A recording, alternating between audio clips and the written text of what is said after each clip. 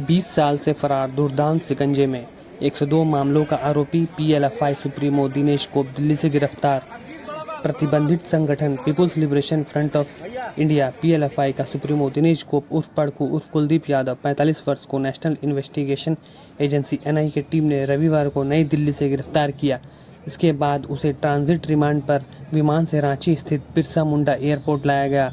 वहां से उसे एनआईए कार्यालय ले जाया गया, जहां उससे पूछताछ की जा रही है। दिनेश की गिरफ्तारी टेरर फंडिंग मामले में की गई है। खूंटी के कर्रा थाना क्षेत्र के लापा मोरपाटोली गांव का रहने वाला दिनेश गोप करीब 20 वर्षों से आतंक का पर्याय बना हुआ था। उसका भाई सुरेश गोप नक्सली था, पुलिस मुठभेड़ में मारा गया था। उसकी मौत के बाद दिनेश गोप ने भी अपराध की दुनिया में कदम रखा था। पहले वह भाकपा माओवादी संगठन में शामिल हुआ। वहाँ संगठन में जातिगत वर्चस्व की बात होने लगी, तब इसे संगठन को छोड़ दिया। फिर अपनी जाति के लोगों को लेकर वर्ष 2003 में जेएलटी बनाया। बाद में जेएलटी का नाम बदलकर इसने वर्ष 2007 में पीएलएफआई रख दिया और खुद इसका सुप्रीमो बन गया। एनआईए के अनुसार दिनेश गोप पर झारखंड, बिहार और उड़ीसा में 102 आपराधिक मामले दर्ज हैं। इनमें खूंटी के कर्रा थाना में 37 केस, तोरपा में 23, रनिया में 19, मुरूह में 3, कामडारा में 5, जगन्नाथ में 1, गिरिडीह के गांव में 1, अड़की में 2, सिमडेगा के बानों में 1 केस, कुमला में 14 व सिमडेगा में 24 केस शामिल है। इनमें से अधिकांश केस हत्या, अपहरण, धमकी, जबरन वसूली और पीएलएफआई के लिए धन जुटाने से संबंधित है। नोटबंदी के दौरान इसके समर्थकों के पास से 25.38 लाख रुपए बरामदगी मामले में एनआईए चार्जशीट कर चुकी है। इस मामले में वह फरार था।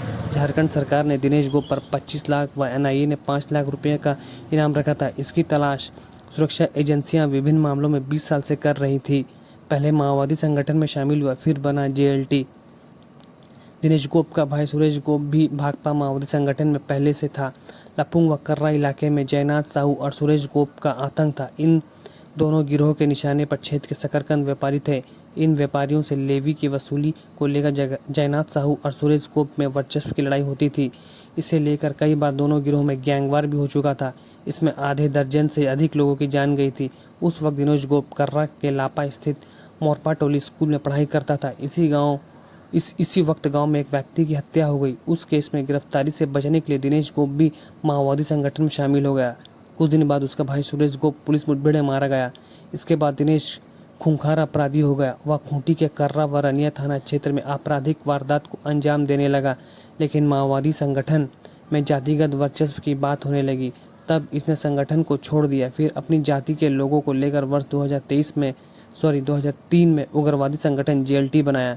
इसके बाद अपने क्षेत्र में माओवादियों से टक्कर लेने लगा। बाद में संगठन का नाम बदलकर इसने वर्ष 2007 में पीएलएफआई रख दिया और खुद का सुप्रीमो बन गया। शुरुआत में खूंटी, रनिया, तोरपा, तापकरा, मुरूह, अड़की, कामडारा, बानो इसकी गतिविधियों का केंद्र रहा। बीए पास दिनेश गोप कर्रा के लापा मोरपाटोली का रहने वाला है। दिनेश गोप उर्फ बड़कू खूंटी जिला के कर्रा थाना अंतर्गत लापा मोरपाटोली का रहने वाला है। इसके पिता का नाम कामेश्वर गोप व मां का नाम राधा देवी है।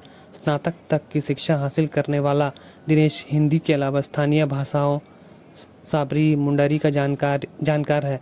5 फीट 9 इंच लंबा दिनेश गोप को खैनी खाने की आदत है। यह छोटे छोटे बाल व दाढ़ी रखता है। पुलिस की फाइल में इसकी एक पत्नी है जिसका नाम हीरा देवी है। इसको एक बेटा व एक बेटी है। दोनों रनिया स्थित विद्या मंदिर गरई में पढ़ाई करते हैं। दिनेश का ससुराल खूंटी जिले के ही रनिया थाना क्षेत्र के कोटांगार जामाटोली गांव में है। इसके ससुर का नाम चामरू गोप है। इसका ननिहाल गुमला जिले के सिसई थाना अंतर्गत गोड़केरा गांव में है। इसकी एक बहन सरस्वती की शादी गुमला के सिसई निवासी दिनेश यादव से हुई है। दिनेश गोप के भाई सुरेश गोप पुलिस मुठभेड़ में मारा गया था। भाई की मौत के बाद ही दिनेश ने अपराध की दुनिया में कदम रखा था। गुदड़ी में मुठभेड़ के बाद भागा था नेपाल। 3 फरवरी 2022 को चक्रधरपुर के गुदड़ी में मुठभेड़ के बाद घोड़े पर चढ़ हुआ था फरार। 3 फरवरी 2022 को चाईबासा के गुदड़ी पुलिस थाना के जंगल में दिनेश गोप के दस्ते और सुरक्षाकर्मियों के बीच मुठभेड़ हुई थी। सुरक्षा बलों को भारी पड़ता देख दिनेश गोप घोड़े पर चढ़कर भाग गया। तब से वह फरार चल रहा था। वह झारखंड, बिहार के अलावा उड़ीसा समेत कई अन्य राज्य में पीएलएफआई संगठन को विस्तार देने में जुटा था। इस दौरान वह अलग अलग जगहों पर शरण ले रहा था। 1 साल से वह नेपाल में रह रहा था। नेपाल में इंटरनेट कॉल व विदेशी नंबरों से दिनेश करता था संपर्क। एनआईए द्वारा गिरफ्तार पीएलएफआई सुप्रीमो दिनेश गोप पिछले 1 वर्ष से नेपाल में था।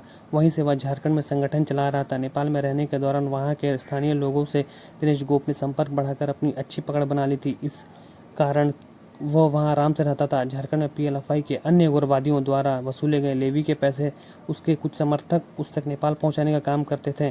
इसमें सबसे प्रमुख सहयोगी के रूप में नीलांबर गोप का नाम सामने आ चुका है। नीलांबर गोप को खूंटी पुलिस एक अन्य समर्थक के साथ पूर्व में गिरफ्तार कर जेल भेज चुकी है।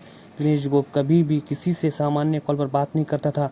वह इंटरनेट कॉल और विदेशी नंबरों से अपने सहयोगियों से बात करता था। खबर यह भी है कि दिनेश गोप ने लेवी में वसूले पैसों को नेपाल में भी निवेश किया है। हालांकि यह अभी जांच का विषय है।